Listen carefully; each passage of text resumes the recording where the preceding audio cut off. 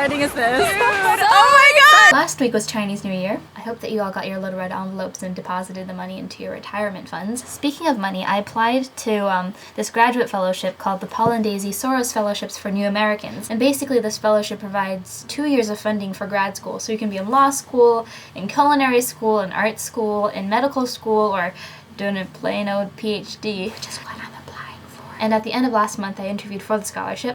Okay, so I'm gonna go downstairs in 30 minutes.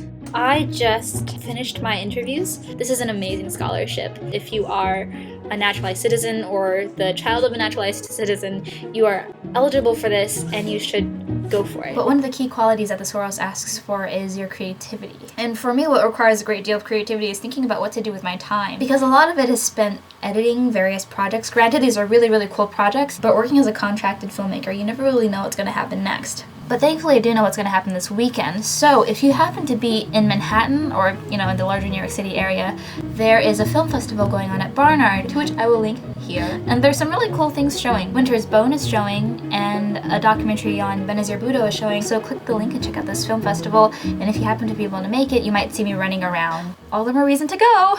Meanwhile, I'm also working with Good Eye Video, and they've been giving me some really interesting projects to work on. Right now I'm working on a video about the Cornell prison project, and this is really, really neat because basically Cornell professors and grad students and undergrads volunteer their time to spend 2 hours a week teaching classes at Auburn Maximum.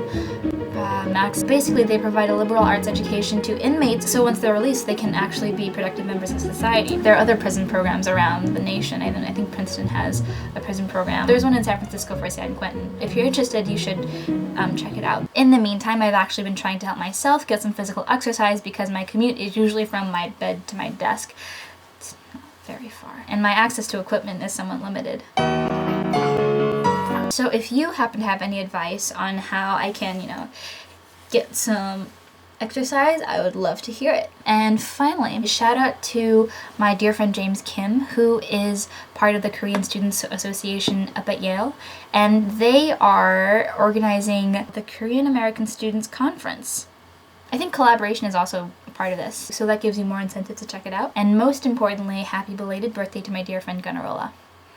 You don't have a real name, Andrew. I think I'm done. Time to work on my taxes.